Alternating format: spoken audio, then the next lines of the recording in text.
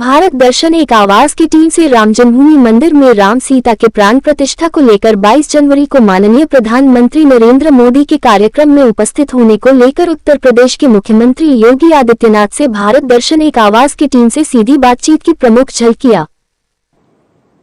22 जनवरी को रामलला की प्राण प्रतिष्ठा का यह समारोह मेरा मानना है प्रभु तो सर्वव्यापी हैं, सर्वत्र हैं, परमपिता परमेश्वर हैं, लेकिन यह भारत और विश्व मानवता की लोक आस्था और जन विश्वास की पुनर्प्रतिष्ठा का भी यह आयोजन है। व्यक्तिगत रूप से भी और इस जन आस्था, इस लोक आस्था और जन विश्वास के प्रति लोकतंत्र का एक सामान्य नागरिक होने के नाते हम सबका यह मानना है कि यह कार्य होना चाहिए था, पहले होना चाहिए था। लोगों ने राम की ताकत को नहीं स्वीकारा, वही गलती की जो शास्त्रों में गलती करने वाले भुगत चुके हैं। और आज राम नाम से जिस भारत की कल्पना नहीं की जा सकती है, भगवान राम की उस महत्ता को स्वीकार करने के बाद न्याय और सत्य की विजय अयोध्या के लिए हुआ है और उस न्याय और सत्य की पुनर्स्थापना का कार्यक्रम 22 जनवरी के कार्यक्रम के माध्यम से हमें वहां देखने को मिलेगा। रामलला का प्रकटीकरण हम जिस विग्रह को वहां स्थापित कर रहे हैं, अनुष्ठान उस विग्रह का होता है और ऐसा नहीं कि यह पहली बार हो रहा। भारत दर्शन एक आवाज के लिए उत्तर प्रदेश प्रांत से डेस्क प्रभारी राजेंद्र श्रीवास्तव के साथ प्रभा जैन की खास खबर। अयोध्या में जो कुछ भी कार्यक्रम हो रहे हैं, इस सनातन धर्म के शास्त्रोक्त पद्धति के अनुसार ही हो रहे हैं और शास्त्र परंपराओं से भी चलते हैं। दूसरा, लोकहित में, जनहित में परंपराएं बनाई भी जाती हैं। उन शास्त्रोक्त पद्धतियों का पालन करते हुए इन सभी चीजों को जो पूर्व में भी हुए हैं और आगे भी होंगे, उसी के अनुरूप एक कार्यक्रम भी अयोध्या का श्री राम जन्मभूमि तीर्थ क्षेत्र न्यास के द्वारा प्रारंभ किया गया। कांग्रेस को किसने इस कार्यक्रम में आने से मना किया था? क्या ये सच नहीं कि कांग्रेस ने 1989 में अपने चुनाव प्रचार अभियान का शुभारंभ अयोध्या से किया था? और क्या ये सच नहीं है कि कांग्रेस एक तरफ हिंदुओं को बेवकूफ बनाती थी और दूसरी तरफ मुस्लिम वोट बैंक से भी मोह नहीं छोड़ पा रही थी? वोट बैंक की राजनीति इसमें विपक्ष ने किया है, कांग्रेस जैसे दलों ने किया है। भारतीय जनता पार्टी ने इसमें राजनीति नहीं की। हमने तो बार बार कहा ना कि जो देश की आस्था थी, उस देश की आस्था का हम लोगों ने सम्मान किया, हम उसके पक्षधर थे, आज भी हैं।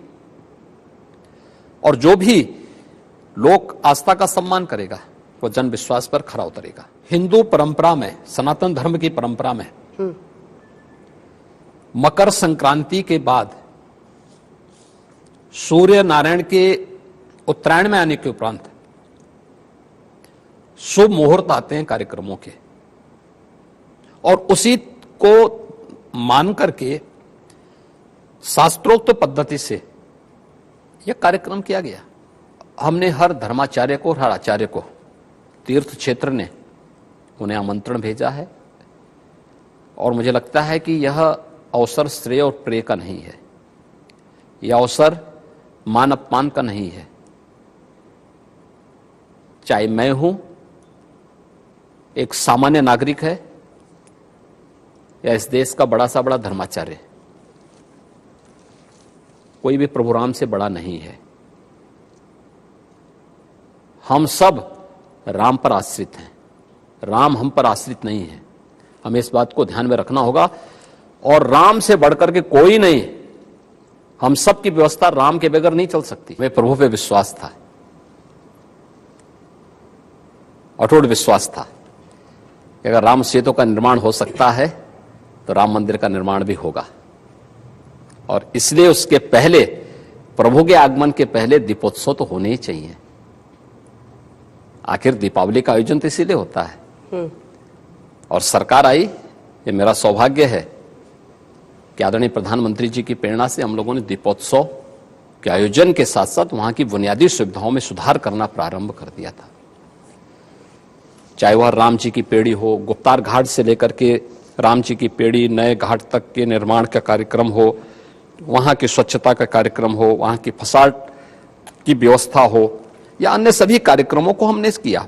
और आज यही अयोध्या है ना, सिंगल लेन की सड़कें थी, आज अयोध्या के अंदर 4 लेन की सड़क। 16 जनवरी से लेकर के 22 जनवरी के मध्याह्न के पूर्व तक अखंड रामायण पाठ या राम नाम संकीर्तन के कार्यक्रम होंगे। सभी मुख्यमंत्री एक दूसरे राज्य में प्रचार के लिए जाते हैं और हर एक के सहयोग के लिए एक दूसरे के राज्यों में जाते हैं। हमारे राज्य में चुनाव होते हैं, हमारे राज्य में भी अन्य राज्यों के माननीय मुख्यमंत्री गण आते हैं, केंद्रीय नेता गण आते हैं। ऐसे ही अन्य राज्यों में होता है तो हम लोगों को अवसर मिलता, हम लोग भी जाते हैं। तो ऐसा नहीं है, सभी लोग एक दूसरे के सहयोग करने के लिए जाते हैं। हाँ, कुछ चीजें तो अगर भगवा कलर में इतना आकर्षण है तो मैं चाहूंगा पूरा देश ही भगवा में होना चाहिए, क्यों नहीं होना चाहिए। रेलवे कुछ स्पेशल ट्रेन्स भी चलाएगी, उन स्पेशल ट्रेन्स में भी आप अपना रिजर्वेशन करवा करके अयोध्या आ सकते हैं, तो वहां पे हम उनको बेहतर सुविधा दे पाएंगे और आसानी से दर्शन करा पाएंगे। क्योंकि केवल अयोध्या आना भर नहीं है, जिस उद्देश्य से आ रहे हैं कि रामलला का दर्शन कर सकें, उस उद्देश्य की पूर्ति भी होनी चाहिए। तो इसके लिए वहां पे दर्शन के लिए पर्याप्त व्यवस्था की जा रही है, बैरिकेडिंग दिए जा रहे हैं, अन्य कार्यक्रम हो रहे हैं। तो कितना भी कोई करेगा तब भी दर्शन करने में एक व्यक्ति को एक दिन में एक देव विग्रह का दर्शन करने में बहुत मेहनत करेंगे, 1.5 लाख 2 लाख तक लोग दर्शन कर पाएंगे, जबकि आने के इच्छुक लोग बहुत होंगे। तो ये प्रयास धीरे धीरे करके जब भी अवसर आएगा तो लोगों को हम लोग उस प्रकार की व्यवस्था। धन्यवाद।